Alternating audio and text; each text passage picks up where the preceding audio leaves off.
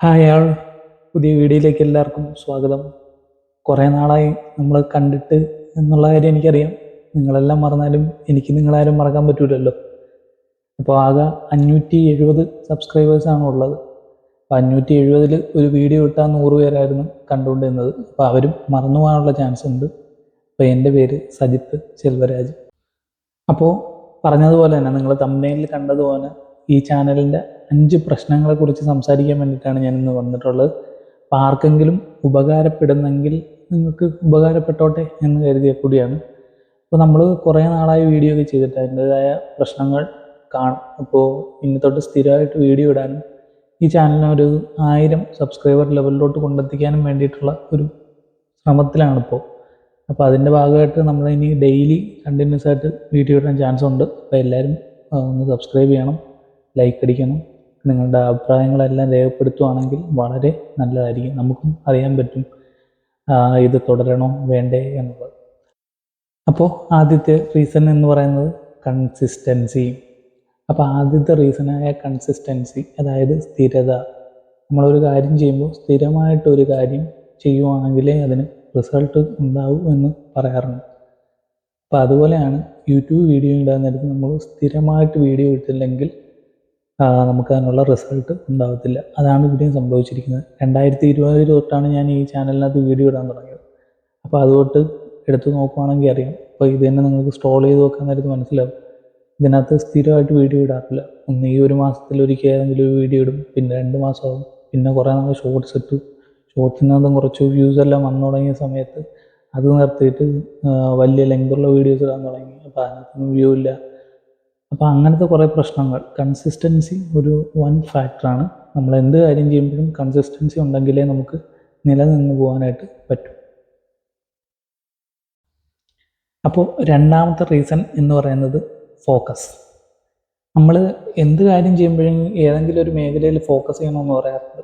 ഇപ്പോൾ ഡിഗ്രി കഴിയുമ്പോഴത്തേക്കും ഡിഗ്രി കഴിഞ്ഞതിന് ശേഷം നീ അതും ഇതും പോയി പഠിക്കാതെ, അല്ലെങ്കിൽ നീ ഏതെങ്കിലും ജോലിക്ക് പോകാതെ എന്തെങ്കിലും ഫോക്കസ് ചെയ്ത് നീ പഠിക്കുകയാണെങ്കിൽ നിനക്ക് ഒരു നല്ലൊരു മേഖലയിൽ എത്തിപ്പെടാൻ കഴിയും എന്ന് പറയുന്ന പോലെ, അല്ലെങ്കിൽ BSc കഴിഞ്ഞവർ അല്ലെങ്കിൽ +2 കഴിയുന്നവർ പറയാറില്ല, നീ നഴ്സിംഗ് പഠി, നഴ്സിങ്ങിന് നല്ല സ്കോപ്പുണ്ട് എന്ന് പറയുന്ന പോലെ നമ്മൾ ഈ മേഖലയിൽ ഒരുപാട് വിഷയങ്ങളുള്ളതുകൊണ്ട് ഏതെങ്കിലും ഒരു വിഷയത്തിൽ ഫോക്കസ് ചെയ്ത് സ്ഥിരമായിട്ട് വീഡിയോ ചെയ്യുകയാണെങ്കിൽ അത് നല്ലതാണ്. ഇപ്പോൾ എൻ്റെ ചാനലിൻ്റെ കേസ് എടുക്കുകയാണെങ്കിൽ ഞാൻ ഒന്നിനകത്ത് ഫോക്കസ് ചെയ്തിട്ടില്ല. ആദ്യ കാലഘട്ടങ്ങളിൽ നമ്മൾ ഷോർട്ട് ഫിലിമിൽ സ്റ്റാർട്ട് ചെയ്തിട്ട് പിന്നീട് ബ്ലോഗിലോട്ട് കടന്നു. ബ്ലോഗ് വിട്ടിട്ട് പിന്നീട് പല പല കാര്യങ്ങൾ, കുക്കിംഗ് വീഡിയോ ചെയ്തു, എഡ്യൂക്കേഷൻ വീഡിയോ ചെയ്തു, പിന്നെ ടോപ്പ് 5 റീസൺസ് എന്നുള്ള ഇങ്ങനെ പല പല മേഖലകളിൽ പിടിച്ചതുകൊണ്ട് ഒന്നിലും ക്ലച്ച് പിടിക്കാൻ സാധിച്ചിട്ടില്ല. അപ്പം അതൊരു വൺ ഫാക്ടർ തന്നെയാണ് ഈ യൂട്യൂബ് ചാനലിൻ്റെ ഒരു സക്സസ്സിന് വേണ്ടിയിട്ട്.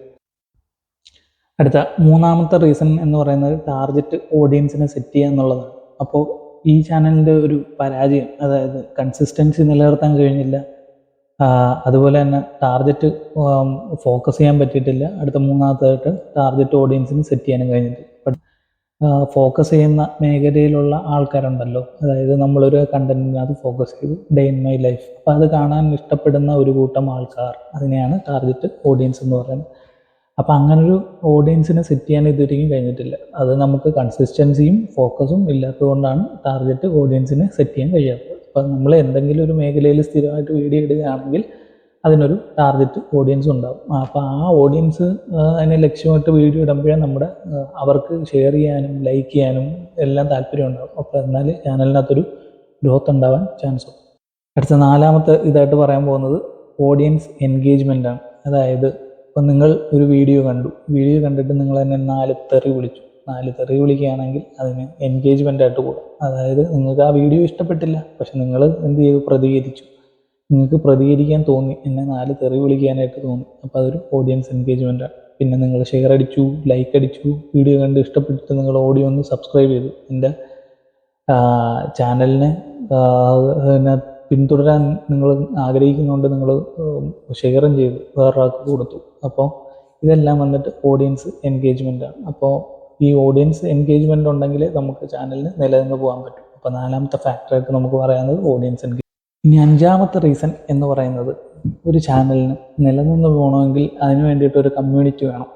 ഇതെല്ലാം ഇഷ്ടപ്പെട്ട് എൻ്റെ കൂടെ നിൽക്കുന്ന ഒരു കൂട്ടം ആൾക്കാർ, അല്ലെങ്കിൽ നിങ്ങളെ കൂടെ നിൽക്കാൻ താല്പര്യപ്പെടുന്ന ഞാൻ, അങ്ങനെ ഒരു കമ്മ്യൂണിറ്റി ഉണ്ടാകുമ്പോഴേ നമുക്ക് മുന്നോട്ട് പോകാനായിട്ട് പുതിയ പുതിയ ഐഡിയാസും പല പല കാര്യങ്ങളും ഇംപ്ലിമെൻ്റ് ചെയ്യാനും നമ്മുടെ ഫ്യൂച്ചറിലോട്ടുള്ള കാര്യങ്ങൾ മുന്നോട്ട് കൊണ്ടുപോകാനും പറ്റും.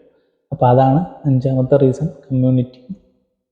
അപ്പം ഇതൊന്നും ഇല്ലാത്തത് കൊണ്ടാണ് ഈ ചാനൽ ഒരു പരാജയപ്പെടാനുള്ള 5 റീസണായിട്ട് എനിക്ക് തോന്നിയിട്ടുള്ളത്. അപ്പോൾ നിങ്ങൾക്ക് എന്തെങ്കിലും തോന്നിയിട്ടുണ്ടെങ്കിൽ നിങ്ങളുടെ അഭിപ്രായങ്ങളെല്ലാം രേഖപ്പെടുത്തും. മുന്നോട്ടുള്ള യാത്രയിൽ അത് ചിലപ്പോൾ നമുക്ക് ഉപകാരപ്രദമായേക്കും.